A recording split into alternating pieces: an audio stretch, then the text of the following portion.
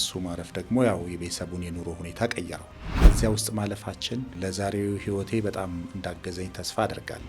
ፈጣሪ በፍጹም ሰው ይተርፋል ብሎ ከማያስብ አይነት አደጋን ያተረፈል። እንግዲህ ሙያውን የሚያስከብረው ባለሙያው ነው። ሀገርን መቀየር የሚችሉ ጭንቅላቶች፣ ማንነቶች በእንዲህ አይነት አጋጣሚዎች ህይወታቸው እንዲሁ እንደቀላል ያልፋል።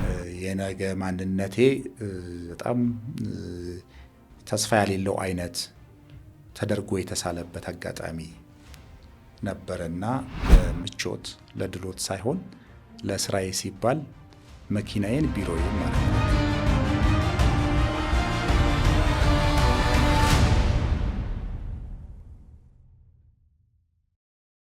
ሰላም እንዴት ናችሁ? የተወደዳችሁ ተከታታዮቻችን እንደምንሰንብታችኋል። እንሆ ዘወትር በዚህ ሰዓት ወደ እናንተ የሚደርሰው ቲዮስ መልቲሚዲያ ሰዓቱን ጠብቆ ወደ እናንተ መድረሱን ጀምሯል።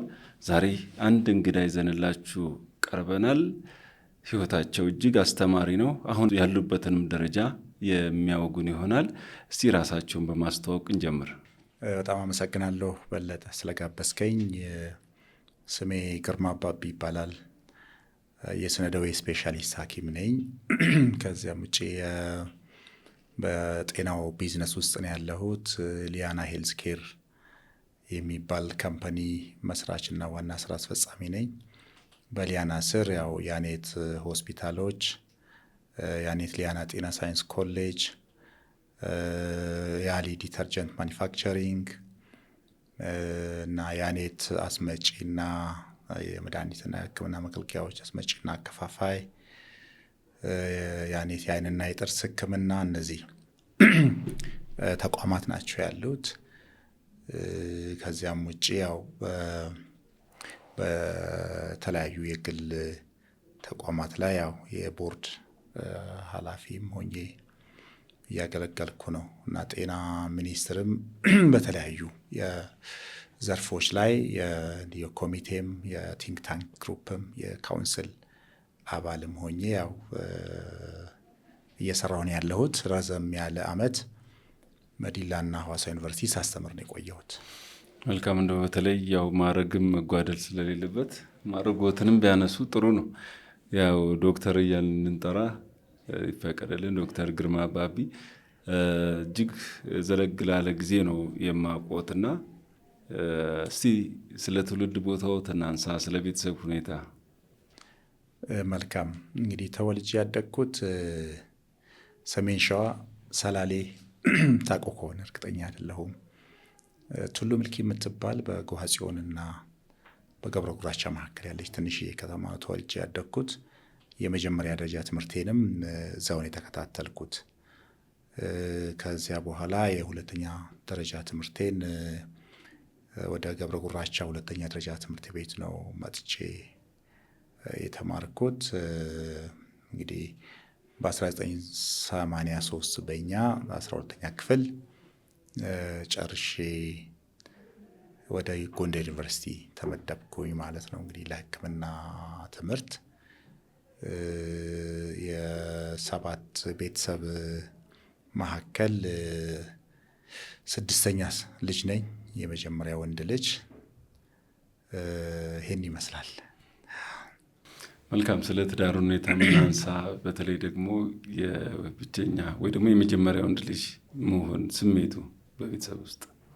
ያው እንግዲህ ያው ቤተሰብ ያው ይታወቃል በእኛ ሀገር ለወንድ ልጅ ያለው ጉጉት እና ያው ስለትም ነበር ነው የሚሉኝ ቤተሰቦቼ። ማለት ያው ተደጋጋሚ ሴት ሲሆን እና በልዩ ሁኔታ ነበረ የምታየው እንደ በአባቴም ዘንድ በቤተሰብም ዘንድ ያው እንግዲህ የቤተሰቡን ሌጋሲ የሚያስቀጥለው ወንድ ልጅ ነው ተብሎ ስለሚታሰብ አባቴ በጣም የተለየ ቦታ ነበረው። ልጅ ሆኜ የቤተሰቡን ወደፊት የእሱን ሌጋሲ የማስቀጥለው እኔ እንደሆንኩ ብዙ ኃላፊነት እንዳለብኝ ብዙ ጊዜ ይነግረኝ ነበር። እንግዲህ ያው ይሄ አብሮኝ አድጓል። እንዲያውም እሱ አባቴ እኔ ብዙ ተምሬ በትምህርት ብዙ ገፍቼ እንዲሄድ አልነበረም። የተወሰነ ተምሬ እንደው መሀይም እንዳልሆን እዚያው ያው የቢዝነስ ሰው ምን የነበረው አባቴ ያንን እንዳስቀጥል ነበር እሱ ፍላጎቱ የነበረው። 8ኛ ክፍል እያለሁ ነው አባቴ በአጋጣሚ ህመም ገጥሞት ያረፈው። ስለዚህ ያው የእሱ ማረፍ ደግሞ ያው የቤተሰቡን የኑሮ ሁኔታ ቀየረው። ከዛ ጋር ተያይዞ አይ መማር ነው የሚያዋጣው በሚለው በትምህርቱ ገፋሁበት ማለት ነው። እና እንደ መጀመሪያ ልጅ በቤተሰብ ዘንድ እንደው በጣም የተለየ ቦታ ነበረኝ ማለት ይቻላል። እንደ ማንኛውም ያው በጉጉት ሲጠበቅ እንደነበረ ልጅ ማለት ነው። የቤተሰብ ሁኔታ አስተዳደር እንግዲህ የ4 ልጆች አባት ነኝ። በጣም ጎበዝ እና ቆንጆ ባለቤት ነው ያለችኝ። በስራውም ዘንድ በጣም ትልቁን እገዛ የምታደርገው እሷ ናት። የልጆችን ሁኔታ እኔ ምናልባት በስራ በጣም መሯሯጡ ሲበዛና ለልጆች በቂ ጊዜ መስጠት ሲያቅተኝ አብዛኛውን ኃላፊነት በጨቅላነታቸው ጠንክረው እስከሚወጡ እስከ 3 ዓመት እስከ 4 ዓመት ስራዋን ትታ ቤት ቆይታ ማደጋቸውን በደንብ መጠንከራቸውን አረጋግጣ ነው ወደ ስራ ስትመለስ የነበረው እና ከኔም በላይ ለልጆቻችን በጣም ቅርብ እኔንም ስለ ልጆች ብዙ እንዳላስብ የምታደርገኝ በጣም ጎበዝ መካሪ ባለቤት አለችኝ። ልጆቼም እንደዚሁ በጣም ጎበዝ ልጆች ናቸው። በትምህርታቸውም የሚመሰገኑ በባህሪያቸውም በትምህርት ቤት የሚመሰገኑ። እንግዲህ ወደፊት ደግሞ ያው የኤሊያናን የወደፊት ዕጣ ፈንታ በእኛ እጅ ነው የሚሆነው የሚል ሪአሹራንስ ነው የሚሰጡኝ ብዙ ጊዜ። ምክንያቱም ያው ሁሌም ስናወራ ስራ የሆነ ቦታ ይጀመራል ተቋም፣ ነገር ግን ተቋም የሚያደርገው አንድ ሰው ሳይሆን ቀጣዩ ትውልድ ተቀብሎ የቅብብሎሽ ነው ተቋም የሚሆነውና በዚህ በኩል በደንብ ነገ ኃላፊነቱንም ለመሸከም እንዲችሉ ሜንተርም እያረኳቸው ነው። እነሱም ደግሞ በጣም ዝግጁ ሆኖ ነው ያሉት ማለት ነው።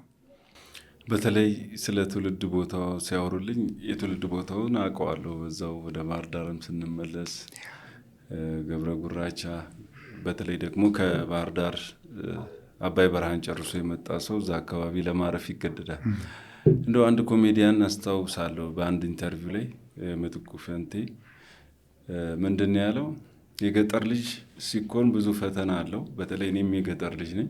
ወጣ ልኩ ወደ አርሲ ውስጥ ነው የተወለድኩት እና ምንም ቢሆን የትምህርት ቤቱ የኛ ቅርብ ቢሆንም አንዳንድ ወጣ ያሉ የክፍለ ሀገር ላይ ትምህርት ቤቶች ይርቃሉ እና ምትኩ ፈንቴ ምንድን ነው ያለው?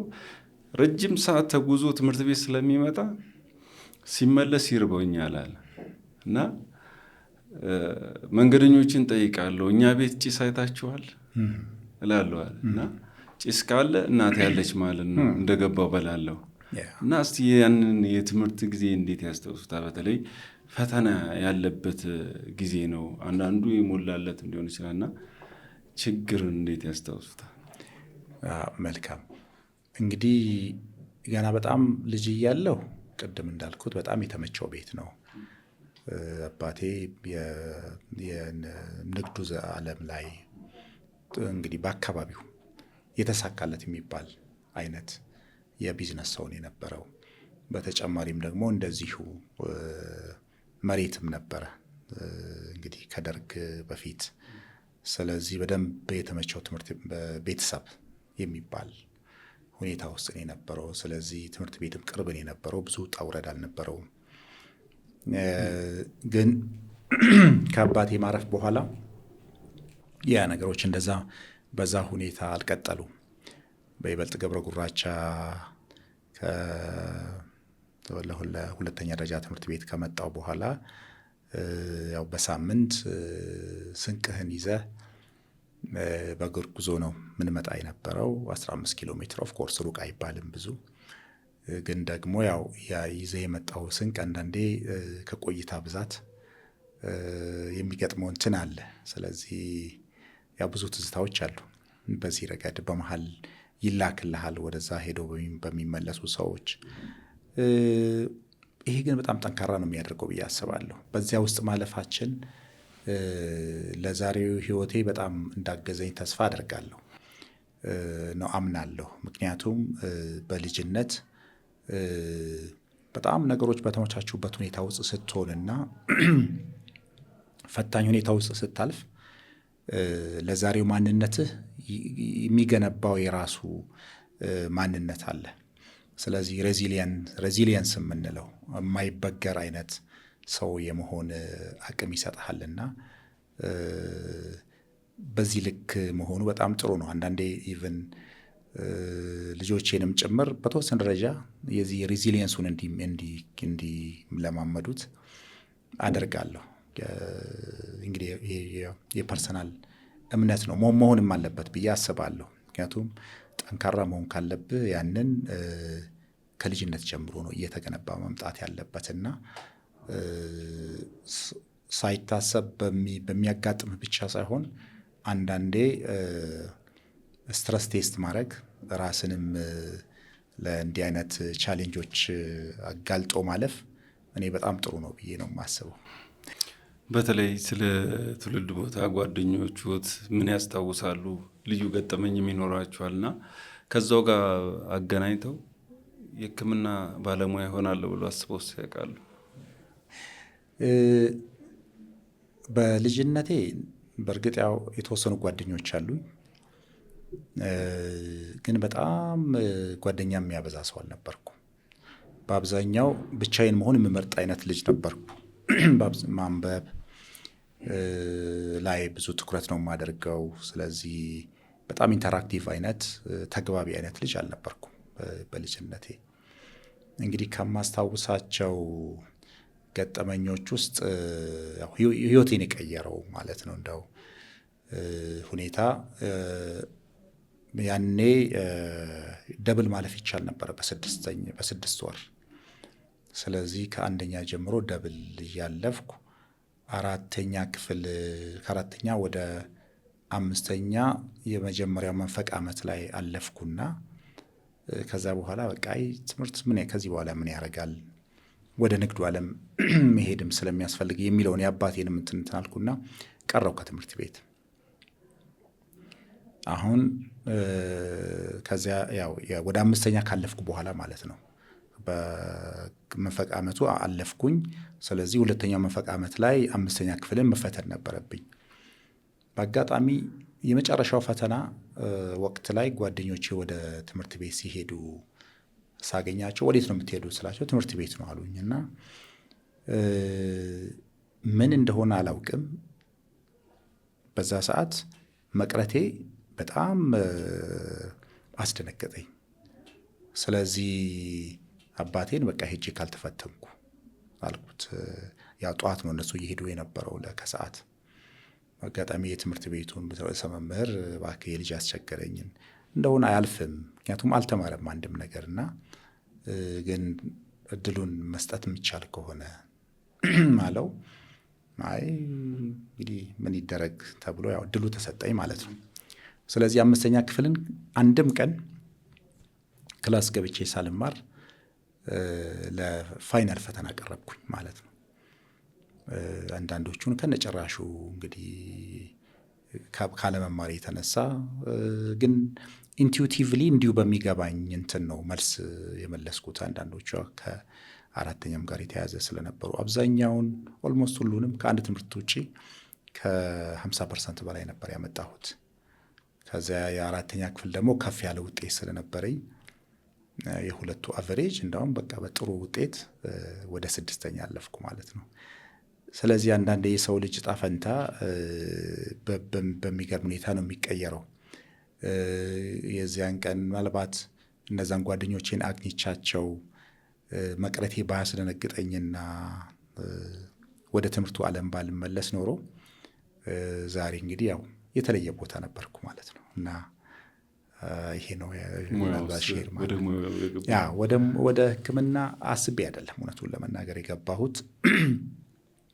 ቅድም እንዳልኩ ከአባቴ ማረፍ በኋላ ያው ኑሮ ትንሽ የሚያታግል የነበረው። ስለዚህ ያው ጥሩ ተምሮ የተሳካለት ሰው እንደሆን ሁሌ ምኞቴ ነበረ እና በጣም ጎበዝ ተማሪ ነበርኩኝ። በሆነ አጋጣሚ ያው የራሱ ረዥም ታሪክ ያለው ነው። እንግዲህ አንዳንዴ ሰዎች እጣ ፈንታህን አሳንሰው ያያሉ እና የነገ ማንነቴ በጣም ተስፋ ያሌለው አይነት ተደርጎ የተሳለበት አጋጣሚ ነበረና ይሄንን ሰዎች ሲነግሩኝ አይ ለነዚህ ሰዎች የሰው ልጅ ሊደርስበት የሚችለው ከፍተኛ የስኬት ጫፍ ላይ መድረስ እንደሚቻል ማሳየት አለብኝ የሚል እልህ አደረብኝ። ስለዚህ ያው ሌት ተቀን ትምህርቴ ላይ በደንብ ትኩረት አደረግኩኝ። ስለዚህ እንግዲህ በጣም የስኬት ጫፍ ብዬ በሰዓቱ በየትኛውም መስክ ቢሆን ያው ከፍተኛው ውጤት አምጥቶ በትምህርቱ ዘርፍ የተሳካለት እንዲሆን ነው እንጂ ሕክምናም ኢንጂነሪንግም ምንም መሆን ይችል የነበረው። እንደ ዕድል ሆኖ ያው ከፍተኛ ውጤት ስለነበረኝ ውጤቱ ሲመጣ ያው ጎንደር ዩኒቨርሲቲ ተመደብኩኝ በሕክምናው ማለት ነው። ስለዚህ ሐኪም ሆንኩኝ። ስለዚህ ሐኪምነትን እንግዲህ ፈጣሪ ያው የራት ጥሪ ነው ብዬ ነው የማስበው። ሌላ ምን ሊሆን ይችል እንደነበር አሁን መገመት አልችልም። በይበልጥ ደግሞ ወደ ሙያው ገብተህ ለህይወት የሚኖረው ትርጉም ለሌሎች መድረስ በምትችለው ልክ በሕክምናውም ይሁን አሁን ባለው ደግሞ በዘርፉ ላይ በሚኖረው ኢንቨስትመንትም ለብዙዎች መድረስ ስትችል እንግዲህ ፈጣሪ ያው አድሎኛል ብዬ ነው የማስበው። ኦፍኮርስ ሁሉም ሙያ ላይ መሰማራት መታደል ነው። ነገር ግን ደግሞ ለራስህ ጥሪ ነው ብለህ ለምታስበው ለውስጥ ለልብህ ለአእምሮ የተጠጋ ሲሆን ሙያ እና የምትወደው ሲሆን ያው ፈጣሪን ማመስገን ነው እና በጣም ደስተኛ ነኝ በዚያ። እንደው ሳገኙት በሌላ አሽከርካሪ ነው የመጡትና መንጃ ፍቃድ የለዎትም ወይስ? መንጃ ፍቃድ አለኝ። መንጃ ፍቃድ በጣም ቆይቻለሁ እውነቱን ለመናገር እንግዲህ ወደ 20 ዓመት በላይ መንጃ ፍቃድ አለኝ። አሁን መኪናም አልይዘው እንደምታውቀው አዲስ አበባ ጠዋት ከወጣ 1 ሰዓት 2 ሰዓት 3 ሰዓት መንገድ ላይ ነው የምታሳልፈው። ምን ያህል እንደሚያጨናንቅ ታውቃለህ። ስለዚህ ይሄን ሰዓት እያሽከረከርኩ አእምሮዬን እየወጠርኩ መሄድ ማባከን ነው፣ ጊዜ ማባከን ነው ብዬ አስባለሁ። ስለዚህ በኋላ ላይ ለምቾት ለድሎት ሳይሆን ለስራዬ ሲባል መኪናዬን ቢሮዬም አረኳት። ስለዚህ በየትኛውም ሁኔታ ቦታ ስንቀሳቀስ ቢሮም ውስጥ ሆንኩ ከቢሮ ውጭም ሆንኩ ለእኔ ተመሳሳይ ነው ማለት ነው። ስነጻ ሲሆን ቢሮ ይሆናለሁ። ወደ ሆነ ቦታ መጓዝ ካለብኝ ያው ሌላኛው ቢሮዬ ውስጥ ነው የምገባው። ስለዚህ ያው ሁሌ ስራ ላይ ነኝ በስራ ሰዓት። ስለዚህ ያንን ነጻነት ለማግኘት ነው ማለት ነው። እንደው እስቲ እናንሳ። በተለይ መንጃ ፍቃዱን እንዴት ወጣ? አብዛኛው ማለት የሚቻል ሁኔታ ተሽከርካሪ ቁጥራችን ትንሽ ነው፣ መንጃ ፍቃድ ያለው ሰው ብዙ ነው እና መኪናው ሳይኖረን ነው መንጃ ፍቃድ የምናወጣው። ሂደቱ ምን ይመስል ነበር? መንጃ ፍቃድ ሲያወጡ ተሽከርካሪውስ ነበረ በወቅቱ? በጣም የሚገርም ነው። የመንጃ ፍቃድ እውነት ነው ተሽከርካሪ ሳይገዛ ነው ያወጣሁት። ዲላን ያወጣሁት እንግዲህ የመንጃ ፍቃዱን መለማመዱ በራስ ሙሉ ራስን ችሎ መንዳቱ ትንሽ ጊዜ ወስዶብኝ ነበር እውነቱን ለመናገር። የቀለም ትምህርቱ ላይ ጎበዝ የሆንኩትን ያህል የመንጃ ፍቃዱ እንትን ላይ ብዙ መለማመድ ነበረብኝ። ፈራ ተባ ማለት እንትን የነበረው ያው ከተሽከርካሪ በፊት መንጃ ፍቃድ ማውጣትን ማንንም ሰው እመክራለሁ። ለምን መሰለ? ምንም ስለ መግዛት ሳታስብ መንጃ ፍቃድ ስታወጣ ቅድም እንዳልኩት እንግዳ ለመቀበል ስትዘጋጅ እንግዳ መምጣቱ አይቀርም። ይሄ እንግዲህ የተፈጥሮ ሂደት ነው ማለት ነው። ስለዚህ ልክ መንጃ ፍቃድ ስታወጣ መኪና እየተዘጋጀልን እንደሆነ ማመን አለብን። እንደዛ ነው ማምነው። እኔ ለመኪና ግዢ ያው ባለቤቴና እኔ ምርጫችን ቅደም ተከተሉ ለምሳሌ ቤት ይቅደም መኪና ይቅደም የሚለው የተለያየ አቋም ነው የነበረን። ብዙ ጊዜ ሴቶች ያው የቤት ጉዳይ ያሳስባቸዋል እና እኔ መኪና መቅደም አለበት። ምክንያቱም ተንቀሳቅሼ ነበር የምሰራው ዲላ፣ ሐዋሳ፣ ይርጋለም። ስለዚህ ለምቾት ሳይሆን ለስራው ያስፈልገኝ ነው የነበረውና ኦንላይን መኪኖችን ምርጥ ነበር። ዝም ብዬ የቱ ይሻላል እኔም አላውቀው የተቀመጠ ገንዘብ አለ ነበር የምትለኝ። ስለዚህ መንጃ ፍቃድ ከወጣ በኋላ ብዙም ሳይቆይ ስራውም ጥሩ እየሆነ መጥቶ መኪናው ተገዛ ማለት ነው። ከቤቱ ቀድሞ ተገዛ ማለት ነው። ስለዚህ አእምሯችን ለሆነ ነገር ሲዘጋጅ ቅድመ ሁኔታዎች እየተመቻቹ ሲሄዱ ፈጣሪ መሻትህን ይረዳና ያ የመሻትህን ይሰጣል። ያ መሻት በእምነት የታጀበ ሲሆን ማለት ነው።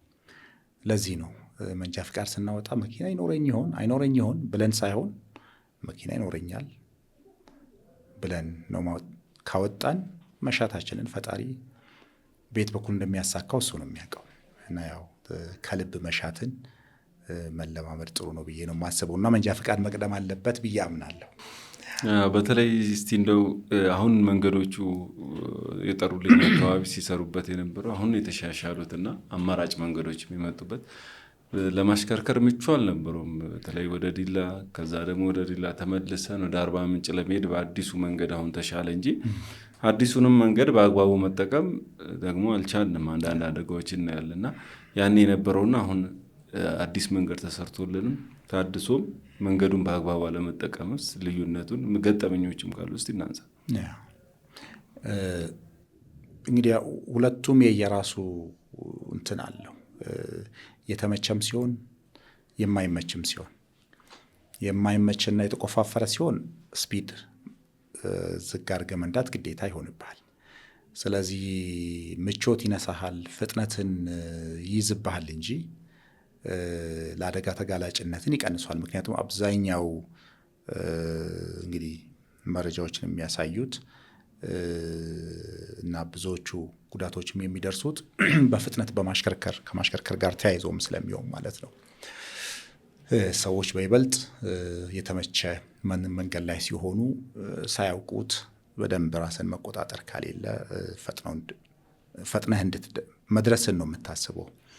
ስለዚህ ያው ፈጥነህ ስትነዳ ደግሞ ያው ብዙ ገጠመኞች አሉ በመሀልና አይ ቲንክ ያው ትልቁ ነገር ምንድን ነው ሁሌ የተመቻቸ የመንገድ ኢንፍራስትራክቸር አስፈላጊ ነው የሚሆነው።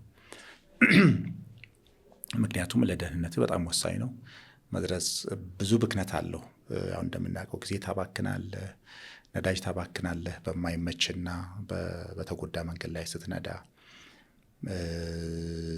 በፈጣን መንገድ ላይ ደግሞ ስትነዳ ያው በራሱ ጥንቃቄ ካላደረግክ ለአደጋ አጋላጭነት አለው። ስለዚህ ያው በየትኛውም ሁኔታ ውስጥ ሲሆን አሁን በጣም የተመቸ ሁኔታ ነው ያለው። እውነቱን ለመናገር እንደ ሀገር በጣም ከዚህ ቀደም 4 ሰዓት 5 ሰዓት ወደ ሐዋሳ መድረስ ይፈልግ የነበረው እንግዲህ ጠዋት ተነስቶ እዛ ሐዋሳ ስራ መግባት በሚያስችል ልክ ጊዜውን በጣም እያሳነሰው ነው። ይሄ ማለት ደግሞ ለሰዎች ሰፊ የስራ ጊዜ እንዲኖራቸውና ፕሮዳክቲቪቲን በደንብ ነው የሚያሻሽለው። ስለዚህ ያው የመንገድ ኢንፍራስትራክቸሩ ጥሩ የሆነ መምጣት ለሰዎች ኤፊሽንሲያቸውን በጣም ጥሩ ያደርጋል። ነገር ግን ደግሞ በዚያው ልክ በኃላፊነት ካላሽከርከሩ ለአደጋ ስለሚያጋልጥ በጥንቃቄ መንዳት አስፈላጊ ነው ብዬ አምናለሁ። ያው እየተንደረደርን ወደ ያኔት እየመጣን ነው። በተለይ ያኔት ምስረታውንም እዛው ጋር እያይዘን ማንሳት እንችላለንና ብቸኛው ሆስፒታል አንድ ለእናቱ አዲስ አበባ ላይ የምናውቀው ነው። በቃጠሎና እንዲሁም ደግሞ ድንገተኛ አደጋዎች ላይ የሚሰራ ያኔት ደግሞ በግሉ ዘርፍ ሐዋሳም ላይ ብቅ ብሎ የተሻለ ስራ እየሰራ ነው። ከጅምሩ ገና ተጎጂዎች ሳይመጡላ ነው የጎበኘ ነውና ያ ትልቅ ነገር ነው። ነገር ግን አሁን በቅርቡ በዚህ በዲላ ወደ ወላይታ የሚወስደው መንገድ ላይ እነዛ 10 ምናምን ልጆች የሞቱበት የሐዋሳ ልጆች በአዲሱ መንገድ ነው መንገዱ። ያ ቦታ አሁንም በቅርቡ ሄጄ ነበር። ድጋሚ ሌላ አደጋ ደርሶበት አይቻለሁ እና እዛ ቀጥታ እናንተ ጋር ነው የመጡትና የነበረው ሁኔታ እንዴት ነበር? እንዴት ያስታውሱታል? እንግዲህ እንዳልከው አንዱ በሕክምናው ዘርፍ ኢንቨስት በማድረጉ ላይ ያው የአደጋዎች ሕክምና በጣም ጥንቃቄ የሚፈልግ ነው። ምክንያቱም መዳን የሚችል ልታድኖ የምትችለው ህይወት አንዳንዴ ያልፋል። ስለዚህ ማድረግ የሚገባህን ሳታደርግ የምትቆጭባቸው አጋጣሚዎች አሉ። እንግዲህ ከዚህ ጋር በተያያዘ ያው ትዝታዎችም አሉኝ እውነቱን ለመናገር።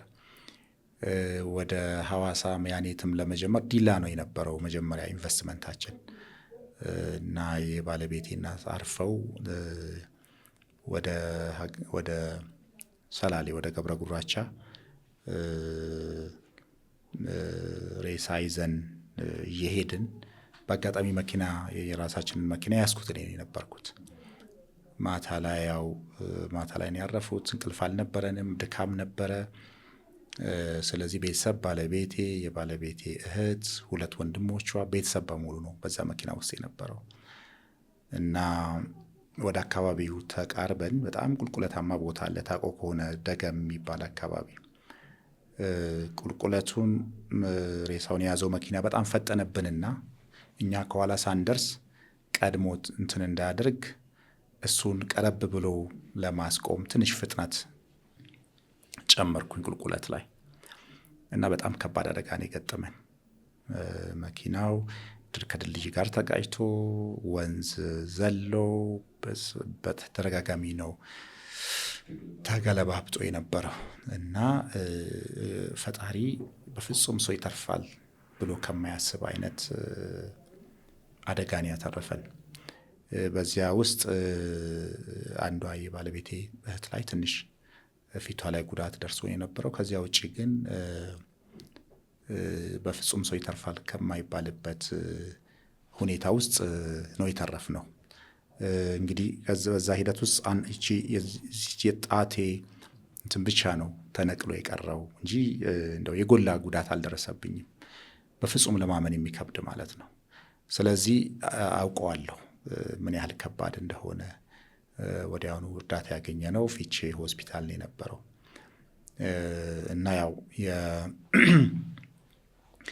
የተደራጀ ኢንፍራስትራክቸር ሲኖር በእንዲህ አይነት አጋጣሚዎች ከአቅም በላይ ሆኖ የሚከሰቱ ይኖራሉ። ከጥንቃቄ ጉለትን ብቻ ሳይሆን አንዳንዴ በተለያዩ ምክንያቶች ይከሰታልና ይሄንን ሕክምና በተደራጀ ሁኔታ መስጠት እንደሚያስፈልግ ረዳን የነበረው። ምክንያቱም ያለፍክበት ሲሆን በደንብ ትረዳዋለህ ከሌላውም ሰው በላይ። ስለዚህ ከትራፊክ አደጋዎች ባለፈ በሌሎች ምክንያት የሚደርሱ አደጋዎችን በቃጠሎ በሚደርሱ በግጭት በሚደርሱ አጋጣሚዎች ላይም ለብዙዎች ደርሷል ማለት እንችላለን። ይሄ ተቋም በይበልጥ የሐዋሳ ዩኒቨርሲቲ የድልድዩ ተማሪዎች ሲሻገሩ በተሰበረበት አጋጣሚ በጣም ትልቅ ዜና የነበረ ሁላችንም እናስታውሳለን። ወደ 40 የሚጠጉ ተማሪዎች ከፍተኛ ቀዶ ሕክምናዎች ተደርጎላቸው መታደግ የተቻለው በእኛም ተቋም ነው የነበረው። በመንግስት በኩልም በጣም ትልቅ ምስጋናን የተበረከተልን በክልሉ መንግስት ለዚህ ከባድ አደጋ መድረስ በመቻላችን። ከዚያም ውጪ እንዲሁ ሻሸመኔ ላይ ግጭት በነበረ ሰዓት ከቤተ ክርስቲያን ጋር ተያይዞ ብዙ የተጎዱ ሰዎች ነበሩ። በዛም አጋጣሚ ያው የብዙዎችን ህይወት መታደግ ተችሏል። ስለዚህ በዚህ እንግዲህ ለአደጋ ምላሽ በመስጠቱ ሂደት ውስጥ አንደኛ ለዚህ ምላሽ መስጠት የሚችሉ በደንብ የሰለጠኑ ሐኪሞች፣ በደንብ የተደራጀ የኦፕራሲዮን ክፍል ከሁሉ በላይ ደግሞ በደንብ የተደራጀ የጽኑ ሕክምና ክፍል ነው እና ቴክኖሎጂን ያደራጀ ነው እና እስካሁን እንግዲህ በጣም ሰፋ ያለ አበርክቶ ነበረን ማለት ይቻላል። በሐዋሳ ላይ በተለይ ሲጀመር ለተወሰኑ አገልግሎቶች ተጎጂዎችን ያስተናግድ ነበር። አሁን ላይ ግን በጣም ከባድ እየሆነባቸው የመጣም ይመስለኛልና አገልግሎቱን የሚፈልጉ ሰዎች ብዙ ናቸው። ነገር ግን ተቋሙን ማስፋት ያስፈልጋል ብዬ አስባለሁ እና በዚህ ረገድስ ያሰባችሁት ነገር አለ ወይስ እንዴት ነው የሚለው? እውነት ነው እንግዲህ ያው እየታወቀ ሲመጣ የአገልግሎቱም አድማስ እየሰፋ መምጣት አለበት። ምክንያቱም እንዳልከው ያው በብዙ አጋጣሚ ሰዎች ለአደጋ ይጋለጣሉ። እንግዲህ በ6 ዓመት በርካቶችን አስተናግደናል። ቅድም እንደገለጽኩት በተመሳሳይ ሁኔታ አዲስ አበባ ውስጥም ለዚሁ ለድንገተኛ አደጋዎች ተብሎ የተዘጋጀ ሆስፒታል አልነበረም ከመንግስት ሆስፒታል አቤት ሆስፒታል ውጪ። በቅርብ ጊዜ ስራ ያስጀመርነው በዚህ ዘርፍ ላይ በጣም አንቱታን ካተረፉ ሐኪሞች ጋር አንድ ላይ ሆነን ድሪም ኦርቶፔዲክ ትራውማና ስፓይን ማዕከል ወይም ደግሞ በአማርኛው ድሪም የአደጋዎች የአጥንትና የአከርካሪ ሕክምና ስፔሻላይዝድ ሕክምና ማዕከል ቅርብ ጊዜ ያስጀምረናል። እዚህ ከአፍሪካ ዩኒየን ከአፍሪካ ህብረት ጀርባ ብሔራዊ ትንባሆ ድርጅት ጀርባ ላይ ነው ያለውና እንግዲህ በተመሳሳይ ሁኔታ ወደ ሌሎችም ክልሎች ይሄን ማስፋት ተገቢ ነው ብለን እናስባለን። ምክንያቱም ያው የችግሩ ስፋት እና አሁን ያለው በዚህ ዘርፍ የተጠናከረ አገልግሎት የሚሰጡ ተቋማት ቁጥር የሚመጣጠን አይደለም። በተለይ ይህንን ያነሳሁት ምንድነው ተጎጂዎች ጉዳታቸው በጣም የከፋ ሆኖ ለባለሙያውም በጣም ከባድ እስከሚሆን ደረጃ ስሜት ውስጥ የሚከቱ ነገሮችን ስለምናይ ነው እና እስቲ ይህንንም አንሱ። እውነት ነው። ያው የራሱ ፈተናዎች አሉት በተለያየ መንገድ ማለት ነው። ያው አደጋ በጣም ከባድ ነው። አንዳንዴ አሰቃቂ አይነት አደጋዎች ይደርሳሉ። ስለዚህ ለዚያ ፈጣን ምላሽ መስጠት ደግሞ በጣም አስፈላጊ ነው የሚሆነው። በእርግጥ በዚህ ረገድ በጣም የተጠናከረ ግብረ ኃይል ነው ያደራጅተናል። ተያይዞ የሚመጣ ደግሞ የራሱ ችግሮች አሉት። አንዳንዴ የባለሙያዎች ደህንነት ጭምር አደጋ ላይ የሚወድቅበት ጊዜ፣ ምክንያቱም ሰዎች የራሳቸው የሆነውን ሰው ማጣት አይፈልጉም። ስለዚህ በስሜታዊነት በር ሰብሮ መግባት በጣም በሆስፒታሉ ላይ ጭምር ጉዳት ሊደርሱ በሚችሉበት ሁኔታ ያው ወደው ሳይሆን ከመደንገጥና ስሜታዊ ከመሆን ጋር ተያይዞ የሚመጡ ብዙ ችግሮች አሉት። ለእንዲህ አይነት አደጋዎች አገልግሎት በምሰጥበት አጋጣሚና እንዳልከው አሁን ባለው ሁኔታ ለዚህ ሊያስፈልግ የሚችለውን በየትኛውም ሁኔታ ማዳን የሚቻለውን ህይወት ማዳን እንዲቻል በቴክኖሎጂውም በሰው ኃይሉም በደንብ አደራጅተናል። ነገር ግን አንዳንዶቹ ምንም ብታደርግ ህይወት መታደግ የማያስችልባቸው ሁኔታዎች አሉ። ከዛ ውጪ የራስ ቅል ላይ አንጎል ላይ ጉዳት ቢደርስ፣ አንገት ላይ ጉዳት ቢደርስ፣ የትኛውም የሰውነት ክፍል ላይ ጉዳት ቢደርስ ይሄንን በተጠናከረ ሁኔታ ምላሽ የሚሰጥና ተገቢውን ሕክምና መስጠት የሚችል የሰው ኃይልም ቴክኖሎጂም አጠቃላይ የጽኑ ህሙማን ሕክምናውን በጥሩ ሁኔታ ነው የተደራጀው ማለት ይቻላል። በተለይ እኔ አንዱ ይህን ዘርፍ ትልቅ ፈተና አለበት ብዬ የማስበው ጉዳቱ ይደርሳል። የትራፊክ አደጋው ሁሌ ስለ መጀመሪያ ሕክምና እርዳታ አሰጣጥ እንላለን። አሽከርካሪውም ሆነ የማህበረሰቡ ትራንስፖርት የሚጠቀሙ ስለ መጀመሪያ ሕክምና እርዳታ እውቀቱ ያን ያለው ወይ ደግሞ ይሄ ኢትዮጵያዊነት የምንለው ባህላችን ሰዎችን የመርዳት ስሜቱ ይመጣብንና አፋፍሰን እናነሳዋለን ያን ሰውዬ፣ ወይ እስከ መጨረሻውን ሸኘዋለን። ሕክምና ተቋም ሲመጣም ጉዳቱ ደግሞ የከፍ አድርገን የምናደርስበት ሁኔታ አለና እንደዚህ አይነት ገጠመኞችንም እያየን ነው። በዚህ ነገር ነው። እውነት ነው።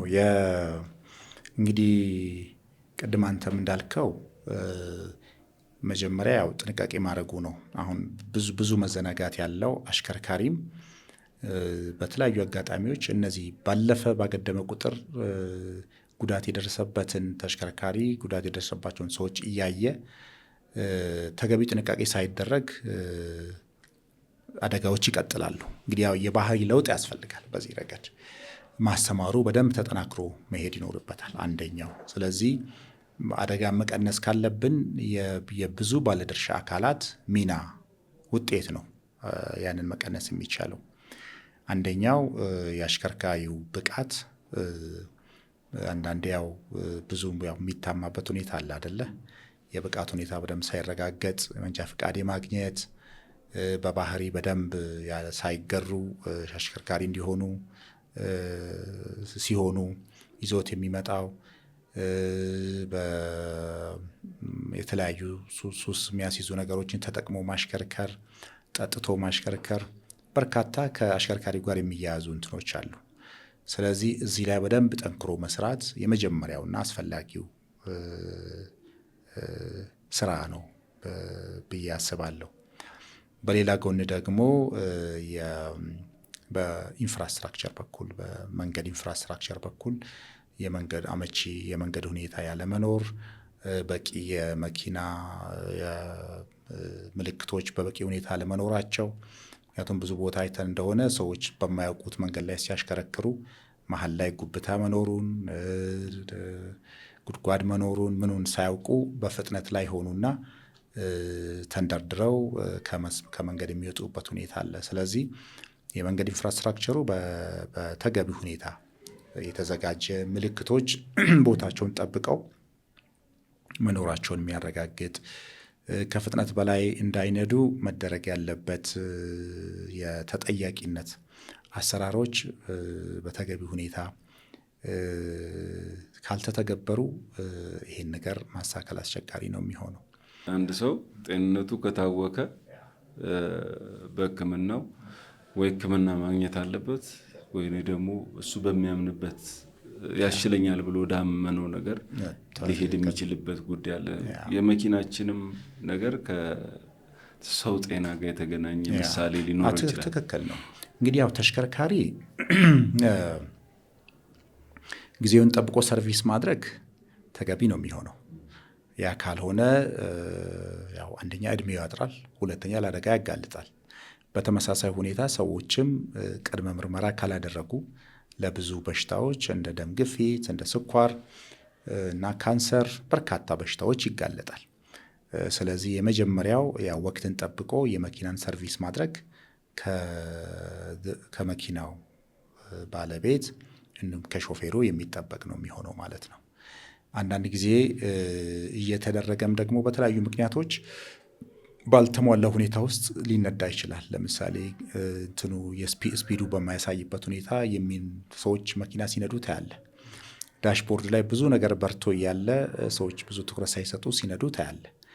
ስለዚህ ይሄም አንድ ሰው ከታመመ በኋላ ወደሚመለከተው ለችግሩ መፍትሄ ወደሚሰጥ ተቋም ሆነው መታከም ካልቻሉ ምንም ጥያቄ የለውም፣ ያው የሚጠብቃቸው የአካል መጉደል ወይም ሞት ነው። በተመሳሳይ ሁኔታ መኪናውም ችግር እያለበት አሽከርካሪው ሲነዳ መቼ ምን ሊገጥም እንደሚችል አይታወቅም። አንዱ ቅርብ ጊዜ በርካታ ሰዎች ምናልባትም ወደ 20 የሚጠጉ ሰዎች የሞቱበት አጋጣሚ በዚህ በአርባ ምንጭ መንገድ ይመስለኛል። ጎማው ወልቆ ከመኪናው ላይ ወልቆ ሄዶ ነው የፊት ለፊት ጎማው እና ገደል ገብተው የሞቱት የሚል ዜና እየሰማን የነበረው። ስለዚህ እነዚህ ጥንቃቄዎች በጣም አስፈላጊ ይሆናሉ ማለት ነው። አሽከርካሪዎች ሁልጊዜ መገንዘብ ያለባቸው መሪ መያዛቸው ብቻ አይደለም። 50 ሰው ጭኖ ከሆነ የ50 ሰው ህይወት በነሱ እጅ ነው ያለው ከፈጣሪ በታች። የ50 ሰው ህይወት ብቻ ደግሞ አይደለም። በእያንዳንዱ ሰው ጀርባ ደግሞ 2ም 3ም 4ም ቤተሰብ ሊኖር ይችላል። በመቶዎች የሚቆጠሩ ሰዎች ህይወት አደጋ ላይ ይወድቃል በእንዲህ አይነት አጋጣሚ። ስለዚህ የሰውን ህይወት ተመልሶ የማይገኘውን ህይወት ያሳጣል፣ አካል ያጎላል፣ ንብረት ይወድማል። ስለዚህ ጉዳቱ እንዲህ በቀላል የሚታይ አይደለም። ይሄ እንግዲህ በትንንሽ ስህተቶች ናቸው ሊሆን የሚችሉት። ቅድም እንዳልነው አንደኛ በስነ ምግባር ያለመታነጽ፣ የማሽከርከር ህጎችን ያለመከተል፣ ስፒድ ፍጥነቱን መቆጣጠር ባለበት ቦታ ፍጥነቱን ተቆጣጥሮ ባለመንዳት፣ ቅደም ተከተሉን ጠብቆ ያለመሄድ፣ ያው ፈጥኖ ለመድረስ በሚደረግ እሽቅድድም አንዳንዴ የሚደርሱ ብዙ እንትኖች አሉ። ስለዚህ አሽከርካሪዎች ትልቅ ኃላፊነት አለባቸው። ያን ተገንዝበው ነው እንግዲህ መንዳት ያለባቸው። ባለሀብቶችም ደግሞ ተሽከርካሪዎቹ በጊዜ የሰርቪስ መደረጉን፣ ጉለቶች ደግሞ ሲኖሩ መስተካከሉን፣ ይሄን በደንብ ማረጋገጥ አስፈላጊ ነው የሚሆነው ማለት ነው። የመንገድ ትራንስፖርት ባለስልጣን ደግሞ መንገዶች ደህንነታቸው የተጠበቀ መሆናቸውን፣ ምልክቶች መኖራቸውን፣ ህጎች በተገቢ ሁኔታ መተግበራቸውን የማረጋገጥ ኃላፊነት አለበት። ስለዚህ የትራፊክ ፖሊሶች ደንብን በሚተላለፉት ላይ ተገቢውን ቅጣትና ማሳከያ ማስተማሪያ የማስተማር ሁኔታዎች በትክክል መተግበር አለባቸው። ስለዚህ የትራፊክ አደጋን መቀነስ ለአንድ አካል የሚተው አይደለም ማለት ነው። የብዙ ባለድርሻ አካላት የስራ ውጤት ነው። ይህንን ችግር በማሽከርከር በተሽከርካሪ ምክንያት የሚደርሱ አደጋዎችን መቀነስ የሚቻለው እነዚህን ሁሉ የሚመለከታቸው ባለድርሻ አካላት ድርሻ ኃላፊነታቸውን እንዲወጡ ማድረግ በጣም ተገቢ ነው የሚሆነው ብዬ አስባለሁ።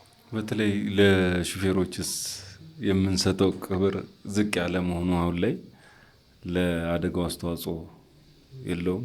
በተለይ የአንድ ሰው በስነ ልቦና ዝግጁ እንዲሆን ከሚያደርጉት ነገሮች አንጻር ተብሎ ከሚታሰቡት ውስጥ ሰላማዊ ውሎ እንዲያሳልፍ ጥሩ ስሜት ላይ መውጣት አለበት እና ለሹፌሮች የምንሰጠው ክብርም በዛው ልክ ለአደጋ አስተዋጽኦ አለው ብዬ አስባለሁ። እና እንዴት ያዩታል?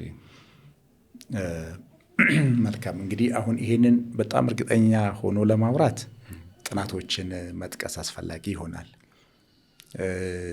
ለሾፌሮች ሰዎች ምን ያህል ክብር አላቸው የሚለውን በደንብ በጥናት ማረጋገጥ አስፈላጊ ስለሚሆን ማለት ነው። እንግዲህ ያው ግን ዘርፉ እንዲፈረጅ ያደረጉ ደግሞ ምክንያቶች አሉ አይደለ? በደንብ የምናውቃቸው። ምክንያቱም አሽከርካሪዎች ሲያሽከረክሩ በስርዓት የማሽከርከር ሁኔታ በማታይበት፣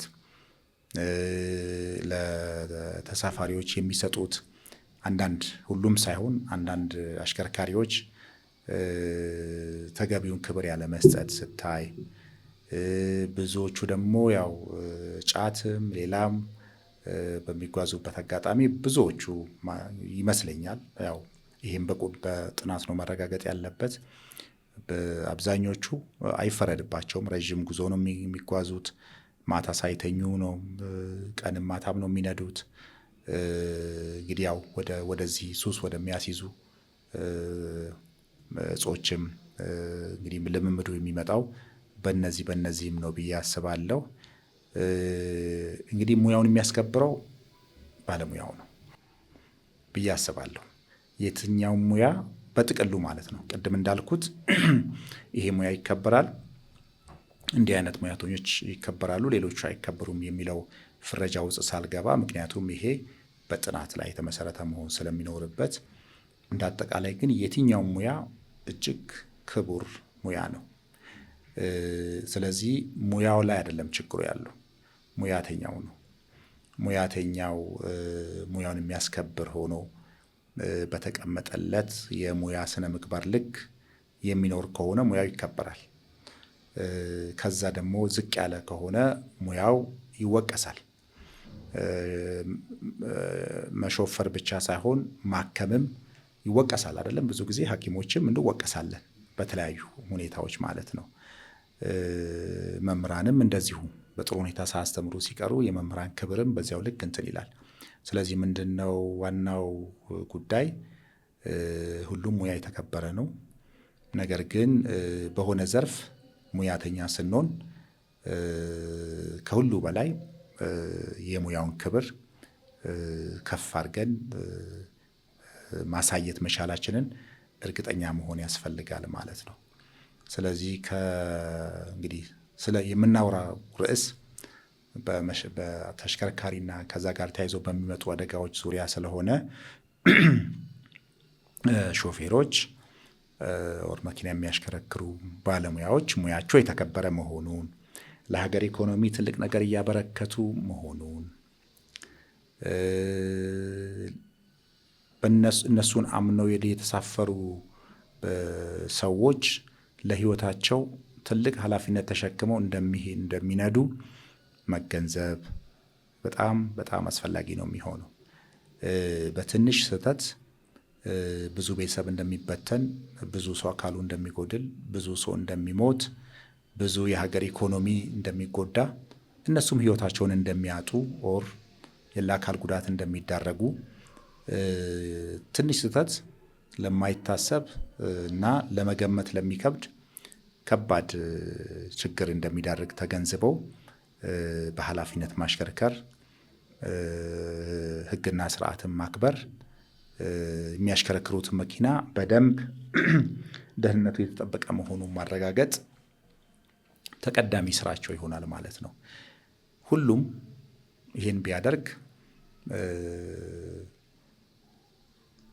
አውሮፕላንን አየር ላይ የሚነዳው ፓይለት እና መሬት ላይ መኪና በሚነዳው ሾፌር መካከል ለእኔ ምንም ልዩነት የለውም። ሁለቱም ተመሳሳይ አገልግሎት ነው የሚሰጡት። ያኛው ከመሬት ከፍ አድርጎ ነው የሚነዳው፣ ይሄ መሬት ላይ ነው የሚነዳው። ያኛው ሩቅ ቦታ በአጭር ጊዜ ያደርሰሃል፣ ይሄ ቅርብ ቦታ ላይ ያደርሰሃል። ነገር ግን ዋና ዓላማው ተመሳሳይ ነው። ስለዚህ በዚያ ልክ ነው መታሰብ ያለበትና ሙያችንን አሽከርካሪዎች ብቻ ሳይሆን ሁሉም የሰው ልጅ በተሰማራበት ሙያውን ከፍ በሚያደርግ ልክ መገኘት አስፈላጊ ነው የሚል እምነት አለኝ። አንድ ፔጆስ ላይ ያየው ነበር ከጻፉት ጽሑፍ በተለይ በሕክምናው ተጎጂ የሚሆን ሌላ አካልን ከፍተኛ ጥረት አድርገን ረድተነው ማትረፍ አለመቻል በጣም ያማል የሚል ነገር አይቻለሁ። እና በተለይ በትራፊክ አደጋው ከፍተኛ ጉዳት ደርሶበት እናንተ ጋር መጥቶ የሰውም ጭንቀት የቤተሰቡም ጭንቀት አለ፣ ሐኪሙም በዛው ልክ ይጨነቃልና ማትረፍ ሳትችሉ ምን ይሰማችኋል? ያው እንግዲህ ከባድ ነው እንዳልከው። አብዛኛው እንግዲህ በጣም ጉዳቱ መልሶ እንትን በማይልበት ቦታ ላይ የተጎዳ ሰው ካልሆነ ለማዳን ጥረት ይደረጋል። ብዙዎቹ ይድናሉ ተብሎ የማይታሰቡ አይነት አደጋ የገጠማቸው ሰዎች ይድናሉ። በጣም ከባድ ብዙ ታሪክ አለው። በጣም እንትን የምንለው በተለያዩ አጋጣሚዎች ትልልቅ ሰዎች ለእንዲህ አይነት አደጋዎች ተዳርገው በፍጹም ቤተሰብ ተስፋ ቆርጦ ከወር በላይ አይሲዩ ቆይተው የዳኑ በርካታ ሰዎች አሉ። ይሄ እንግዲህ ልፋትህ ውጣ ውረድህ በመጨረሻ ያ ከፈጣሪ ጋር በፈጣሪ እገዛ ያ ህይወት ተርፎ ስታይ አንዱ ከየትኛውም እንትን በላይ የሚያስደስተው ይሄ ነው። አንዳንድ ጊዜ ግን የሚቻለውን ሁሉ አድርገህ ደግሞ ላይሳካልህ የሚችልበት አጋጣሚዎች አሉ። በይበልጥ ይሄ አንገት አካባቢ ያለው የአከርካሪ አጥንት ላይ የሚደርሱ ጉዳቶች ስፓይናል ኮርዱን ስለሚጎዱት ሳምባ ላይ የመተንፈስ ችግር ያመጣል። ስለዚህ ምንም ብታደርግ ያንን መልሶ በይበልጥ በጣም አጥንቱ ላይ የደረሰው ጉዳት ከፍተኛ ከሆነ ማለት ነው። አንጎል ላይ የሚደርሱ ጉዳቶች አንዳንድ ጊዜ ከውጭ ደም መፍሰስ ካለ አጥንቱና በአንጎል መካከል መፍሰስ ካለ በቀላሉ መጥቶ ሰው መትረፍ ይችላል። በጣም ብዙ ጊዜ የሚያጋጥመውም ይሄ ነው። ትንሽ ቢቆይ ሊሞት የሚችለው ሰው ወዲያውኑ ድኖ ስታይ በጣም ትልቅ ደስታ ነው የሚሰማ። አንዳንዴ ግን ውስጠኛው የአንጎል ክፍል ላይ የደም መፍሰስ ሲኖር ወይም ከፍተኛ ጉዳት ሲደርስ ምንም ማድረግ አትችልም እና ያው በጣም ነው ልብ የሚሰብረው እውነቱን ለመናገር። ምክንያቱም በሌላ ህመም ሰዎች ታመው ሐኪም ቤት አስታመህ ለምሳሌ እንደ ካንሰር፣ የልብ ችግር በተለያየ ሁኔታ ቤተሰብም ማድረግ የሚችለውን አድርጎ አስታሞ የመጨረሻ እገዛ ተደርጎለት ማለፍ የሚቀር አይደለም። ስለዚህ ሰውም ይቀበላል። ከዚህ በላይ ምን ልናደርግ እንችላለን ብለህ ታስባለህ። እንዲህ አይነቱ ግን ለማመንም ከባድ ነው የሚሆነው እና ለብዙዎች ለማናችንም ቢሆን በእንዲህ አይነት ሁኔታ የሚያልፍ ህይወት እጅግ በጣም ነው የሚያሳዝነው። ብዙ ሐኪሞች፣ ብዙ ፕሮፌሰሮች፣ ብዙ ምሁራን ነው በተለያየ ዘርፍ ላይ ብዙ የሀገር መሪዎች፣ በተለያየ ደረጃ ላይ ያሉ መሪዎች እና ሀገርን መቀየር የሚችሉ ጭንቅላቶች እና ማንነቶች በእንዲህ አይነት አጋጣሚዎች ህይወታቸው እንዲሁ እንደቀላል ያልፋልና ከዚህ ቀደም ሞጆ ከተማ ላይ ሞጆ አንድ ሆስፒታልን ጎብኝቼ ነበርና አሁን ባለቤቱ በህይወት የሉም። ነገር ግን በተለይ ነው ያሉት በትራፊክ አደጋ ተጎድቶ የመጣን ሰው ገንዘብ እንዳትጠይቁ መጀመሪያ ያክሙት እና ሕክምናውም ትምህርቱንም ስንወስድ መጀመሪያ ያን ሰውዬ የመታደግ ነገር ነው። በእርግጥ ያስቸኳይ ሕክምና የተቀመጠ ብር አለ። በፊት 2000 ብር ነበር፣ አሁን 15000 ብር ገብቷል። ከሱም ጋር እያይዘው ስለ እውቅናውም አንሱልን። መጨረሻ ላይ መልእክቱን ከማንሳታችን በፊት ደግሞ ስለ ቲዮስ የተወሰነ እንላለን። በጣም ጥሩ። ሕክምና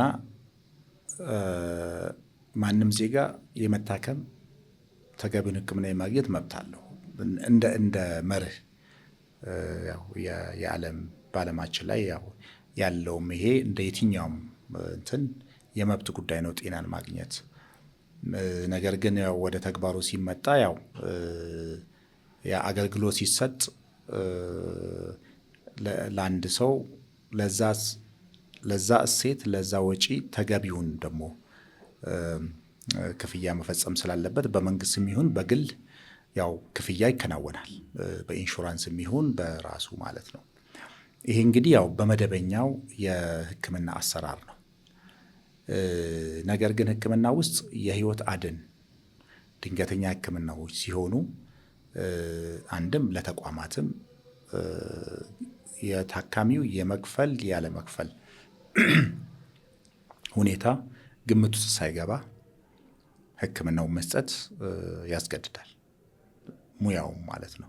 ምክንያቱም የህይወት ጉዳይ ነው። ያ ሁለተኛ የሚመጣ ጉዳይ ነው። ለባለሙያም በምንም ሁኔታ ውስጥ በአደጋ እና በእኒያ ድንገተኛ ሁኔታዎች ሳይዘገዩና ወደኋላ ሳይሉ አገልግሎቱን እንዲሰጡ ይመከራል እና አስገዳጅም ነው የሚሆነው። ስለዚህ ያው አንዱ በመንግስትም በኩል የነበረው እንግዲህ ሌላው ሀገር ላይ ያው መንግስት ለእንዲህ አይነት ኃላፊነት ይወስዳል፣ ተገቢውን ክፍያ ይፈጽማል። አንዱ በሀገራችን ያለው እንትን ቅድም አንተም እንዳስቀመጥከው የተወሰነ ጣሪያ አለ። ለድንገተኛ አደጋ በሚከሰትበት አጋጣሚ መንግስት የሚሸፍነው ልክ አለ።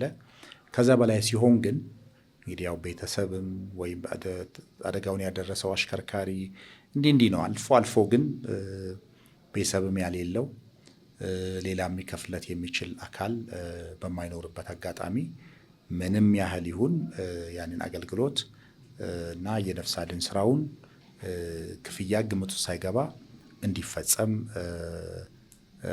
አስገዳጅም ነው፣ መደረግም ያለበትም ነው። ምክንያቱም ምንም ቢሆን ገንዘብ ከሰው ሕይወት ጋር ሊወዳደር የሚችል አይደለም። ስለዚህ ሁሉ ጊዜ ያው ተቋማትን መገንዘብ ያለባቸው ይሄንን ነው። ክፍያው በግል ሲሆን በይበልጥ ከፍተኛ የሕክምና ሁኔታዎች ጽኑ ህሙማን ገብተው በሚቆዩበት አጋጣሚ ብዙ ወጪ ያስወጣል፣ እንረዳለን። ነገር ግን በምንም ሁኔታ ውስጥ ዜጋን መታደግ ደግሞ በገንዘብ ምን ተረጉመውና ከገንዘብ ጋር የምናወዳድረው አይደለም። ስለዚህ ይሄ አሁን ተጠናክሮ መቀጠል ነው የሚኖርበት። በሌላ ጎን ግን መንግስትም እንግዲህ ለእንዲህ አይነት አጋጣሚዎች ተቋማትም ላይ ጫና እንዳይፈጠር አስፈላጊውን ዝግጅት እና አሰራር መዘርጋት አስፈላጊ ነው የሚሆነው ብዬ አስባለሁ። በተለይ ከዚህ በአስቸኳይ ሕክምና ጋር ብዙ ክፍተቶች አሉ። ተቋማት ያስተናግዳሉ፣ ነገር ግን ሂሳቡ በጊዜው የማይወራረድላቸው እሱ እንደ ችግር ታይቶ እስካሁንም መልስ ያላገኘ ነገር ነውና መልስ ሊያገኝ ይገባል። ወደ ማጠቃለያው ከመሄዳችን በፊት ቲዮስ መልቲሚዲያ አንዱ የተቋቋመበት ዓላማው ትራንስፖርት ላይ ትኩረቱን አድርጎ በትራፊክ አደጋ የተጎዱ ሰዎችን መጎብኘት፣ ድጋፍ ማድረግ፣ ሌሎች ድጋፍ እንዲያደርጉላቸው ደግሞ መንገዱን ያመቻቻል። ከዛ ባሻገር ደግሞ ጥሩ ተሞክሮ ያላቸው አሽከርካሪዎችንም እንጋብዛለን። ቤተሰብን ለቁም ነገር ያበቁ አንጋፋ አሽከርካሪዎችን ጋብዘን ህይወታቸውን የሚያስተምሩበት እንዲሁም አሽከርካሪ የነበሩ አደጋ ደርሶባቸው ነገር ግን ከአደጋው ሊያስተምሩ የሚችሉ አሽከርካሪዎችንም እንጋብዛለን። ከአደጋው አድራሹ ወገን ደግሞ እስካሁን ብዙዎች ያልዳሰሱት ማረሚያ ቤትም ገብተን የእሱም ህይወት ተመሰቃቅሏል። እሱንም እንቃኛለን። በተለይ እስቲ እንደ ያኔትም ወደፊት የምንጠብቀው ነገር አለ። ቤታችሁ ልንመጣ እንችላለን፣ ይህን ያልተጎጂ በያኔት ስም ደግፉልን ብለን መምጣታችን አይቀርምና ቲዮስ እስካሁን ወደ 6-7 የሚደርሱ የትራፊክ አደጋ ተጎጂዎችን እኛ ቤት ስላደረን ነው ወይ ደግሞ አደጋ ደርሶብን ተርፈን ወደ ስራ ስለተመለስን ነው እንጂ ቤት ላይ የቀሩ ብዙ ሰዎች አሉ የማንጠብቃቸው የሕክምና ድጋፍም የሚሹ ስላሉ ወደፊት እናንተንም ጋብዘን የምትጎበኙበትን ስጦታውንም እዛው ላይ እንድታበረክቱ የምናደርግበት አጋጣሚ ይኖራል ብለን እናስባለንና ቃልም ግቡልን። ቲዮስ መልቲሚዲያ እየሰራ ያለውንም እንዴት አገኛችሁት የሚለውን እስቲ እናንሳ። በጣም አመሰግናለሁ። እንዳልከው ያው ይሄ ሀገራዊ አጀንዳ ነው። ቅድም እንደገለጽኩት ለአንድ አካል የሚተው አይደለም። የብዙ ባለድርሻ አካላት ርብርብ የሚጠይቅ ነው የሚሆነው። በዚህ ውስጥ እንግዲህ ያው ቅድምም ከቴዎድሮስም ጋር እያወራን የነበረውና በዚህ ዘርፍ ላይ ብቻ ትኩረት አድርጎ ሚዲያ እንደ አንድ ኢንስቲትዩሽን አቋቁሞ የትራፊክ አደጋን ጋር በተያያዘ የማህበረሰቡን የንቃተ ህሊና ደረጃ የእውቀት ደረጃ ከፍ ለማድረግ ተጎጂዎችን ለማገዝ እኔ በቲዮስ መልቲሚዲያ በኩል እየሰራ ያለው በጣም አስደንቆኛል። በጣም በዚህ ልክ ሁሉም ዜጋ ኃላፊነት ወስዶ መስራት ቢችል እንግዲህ አንድን ተቋም ለዚህ ጉዳይ ብቻ ማደራጀት ምን ማለት እንደሆነ ቢዝነስ ውስጥ ላለ ሰው ግልጽ ነው። ነገር ግን ቴዎድሮስ በዚህ ልክ ለዚህ ትኩረት ሰጥቶ እንግዲህ የትልቁ የመንግስትን ኃላፊነት ነው እየተሸከመ ያለው እንደ አንድ ግለሰብ ሳይሆን ትልቅ የመንግስት አገልግሎት ዘርፍን ነው እየደገፈ ያለውና ቲዮስ መልቲሚዲያን በለጠ አንተንም ለረጅም ዓመት በዚህ ዘርፍ ላይ ነው ስትሰራ የነበረው እኔም እስከማውቀው ድረስ አጠቃላይ ክሩ እጅግ ትልቅ ምስጋና ይገባቸዋል። ስለዚህ እንደዚህ አይነት ስራ የሚሰሩ ተቋማት እየበረከቱ በመጡ ቁጥር የማህበረሰባችንም የእውቀት ደረጃ ከፍ ይላል። ሰዎች እዚህ ጋር መጥተው በሚሰጡት ምስክርነት እና ተሞክሮ አሽከርካሪዎች ይማሩበታል። ከምንም በላይ ደግሞ ከዚህ ጋር ተያይዞ በቤተሰብ ላይ፣ በግለሰቦች ላይ፣ በአሽከርካሪዎችም በተጎጂዎችም ላይ የሚደርሱ ጉዳቶች ከዚህ በሚወሰደው ትምህርት የባህሪ ለውጥ አንድ ቀን የሚመጣ አይደለም። ይሄ በረጅም ጊዜ የሚመጣ ነው። ስለዚህ ይህን ረዥም ጉዞ ሀገራዊ ተልዕኮ ነው እያራመዳችሁ ያላችሁት፣ እያበረከታችሁ ላላችሁት አገልግሎት ሁሉ ከልብ ማመስገን እፈልጋለሁ። እንደ አንድ ሐኪም እንደ አንድ የተቋም ኃላፊ እና የትራፊክ አደጋ ምን ያህል ከፍተኛ ጉዳት እያደረሰ እንደሆነ እንደሚገነዘብ ሰው እየሰራችሁ ያላችሁት ስራ እጅግ አስገራሚ ነው። በርቱ። እኛም አንተም እንዳልከው መደገፍ በሚገባን አጋጣሚ ሁሉ ለመደገፍ ዝግጁ ነን። ተጎጂዎችንም ይሁን እንዲህ አይነት ዓላማንም ይሁን የጋራ ርብርብ የሚጠይቅ ስራ ነው ብዬ አስባለሁ። ይሄንን በማሳካት ረገድ ሁሌ ከጎናችሁ እንደሆን ማረጋገጥ እፈልጋለሁ። እኛም እናመሰግናለን። በተለይ ይህንን ያነሳሁት በተለይ ከውጭ የሚመጡ የሕክምና ቡድኖች ኢትዮጵያ ውስጥም ከእናንተ ጋር የሚንቀሳቀሱ አሉና እንደ አሳይመንትም እስቲ የሆነ በአመት አንዴ ተጎጂዎችን ቤታቸው ሄደን ዘላቂ ሕክምና የሚፈልጉትንም እንደግፍ እንያቸው በሚል እንዲታሰብበትም ነው። ሰዎች በገንዘብ ብቻ ሳይሆን አንድ ቀን ሄደን ቁስሉን ከጠረግንለት ያ ሰውዬ ለመዳን ተስፋ ያደርጋልና እሱንም በማሰብ ነው። ማጠቃለያ እናድርገው። ብዙ አወራን፣ አስተማሪ ነገሮችን አነሳን። ከዚህ ከስነ ልቦና ጋር በተገናኘ ስነ ልቦናችን ምን መምሰል አለበት የሚለው እንደ መልእክትም አያይዘው ጠቅላላ አድርገው ያንሱልና እንጨርስ። መልካም። እንግዲህ አይ ቲንክ ያው ወሳኝ ርዕሰ ጉዳይ ላይ ነው ዛሬ የነበረን ቆይታ በለጠ። አይ ቲንክ እንግዲህ ቅድም እንዳልነው ነው። አንደኛ የችግሩን ስፋትና ጥልቀት ሁሉም ሰው መረዳት ይኖርበታል። የመጀመሪያው እሱ ነው የሚሆነው። ሁለተኛ ሁሉም አጋላጭ ከሆኑ ሁኔታዎች መቆጠብ ይኖርበታል ማለት ነው። አንዳንዴ ሰዎች በጥንቃቄ በመንገድ ሲያቋርጡ ጥንቃቄ ካለማድረግ እና ለተጎጂነት ይዳረጋሉ። አሁን የአሽከርካሪው ብቻ ሳይሆን የተጎጂውም ጥፋት የሚሆንባቸው አጋጣሚዎች አሉ። ስለዚህ የመንገድ የትራፊክ ሕግን ማክበር ያለበት አሽከርካሪ ብቻ አይደለም፣ እግረኛውም ነው። ስለዚህ ያው ሁላችንም ይሄንን መለማመድ ይኖርብናል። ባደገው ዓለም እንደዚህ የጎላ የትራፊክ አደጋ አንመለከትም። ይሄ ምንም ስለሆነ አይደለም። መኪናው ተመሳሳይ ነው። የአሽከርካሪዎቹ ክህሎት ምናልባት ከዛ ከፍ ያለ እንጂ ያነሰ ስለሆነ አይደለም። ነገር ግን የንቃተ ህሊና ሰው ከነዚህ አጋላጭ ሁኔታዎች ራሱን ለመጠበቅ የወሰደው እርምጃ ነው። በሌላው ዓለም በጣም አልፎ አልፎ የምንሰማው፣ በእኛ ሀገር ግን በየቀኑ ትልቅ ዜና እየሆነ ያለው። ስለዚህ ይሄ ምንን ነው የሚያመጣው? አንደኛ የግለሰቦችን የባህሪ ለውጥ ማፋጠን፣ ማስተማር ተገቢ ነው የሚሆነው። እንደ ቲዮስ መልቲሚዲያ አይነት እና በሌሎችም ሚዲያዎች እንዲህ አይነት ትምህርቶችን በተደጋጋሚ በተለያየ እና በሚያዝናና ሁኔታ ማስተላለፍ ተገቢ ነው የሚሆነው። ስለዚህ የመጀመሪያው የሰዎች እይታና አስተሳሰብ እና ባህሪ ነው መለወጥ ያለበት። በሌላ ጎን ደግሞ መንግስት ኃላፊነት አለበት።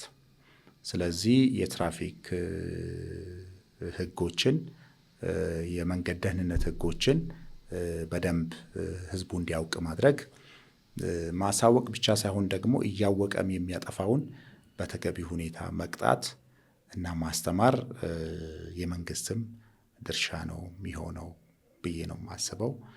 ቅድም እንዳልነው ባለሀብቶችም ተሽከርካሪዎቹ በጥሩ ደህንነት ላይ መገኘት መቻላቸውን ማረጋገጥ በጣም አስፈላጊ ነው የሚሆነው።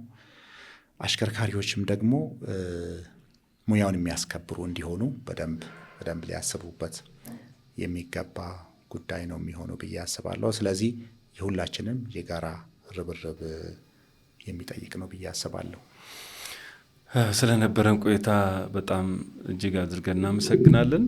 ሁሌም እንደምንለው የመንገድ ትራፊክ ደህንነትን ለማስፈን የጋራ ኃላፊነት ስንወጣ፣ ሁሉም የየድርሻውን ሲወጣ ለውጦች ይመጣሉ ብለን እናስባለን። እንግዲህ ወደፊት እዚህ አዲስ አበባም ክልልም ወጣ ብለን ያኔት በድንገተኛ በቃጠሎ እንዲሁም እየሰራቸው ያላቸውን ነገሮች እንዲሁም አደጋ ይድረስ አይባልም፣ ተጠንቅቀንም ይደርሳል። ያደጉ ሀገሮች ላይም ብዙ ነገሮች ሰርተው አደጋው ቁጥሩ ይቀንስ እንጂ አደጋዎች ይደርሳሉና እነዚህ አይነት ተቋማት ደግሞ የሚሰሩትን ነገሮችንም እየቃኙ አስተማሪ ነገሮችን ለማህበረሰብ በማቅረብ ሰዎች ከሌሎች የሚማሩበትን መንገድ እየፈጠርን እንሄዳለን። ሁሌም በራችሁ ክፍት እንደሆነ እናውቃለን። ደብዳቤ አያስፈልግም። ዘው ብሎ ያኔት መግባት ነው። አስተማሪ ፕሮግራሞችን ይዘን እንመጣለን ብለን እናስባለን። ቲዮስ መልቲሚዲያን ከወደዳችሁ ላይክ፣ ሰብስክራይብ እንዲሁም ኮሜንት በማድረግ ቤተሰብ ይሁኑ። ሳምንት በሌላ ፕሮግራም እስከምንገናኝ ድረስ ከትራፊክ አደጋ የጸዳ ጊዜ እንዲኖራችሁ ተመኘን። ሰላም።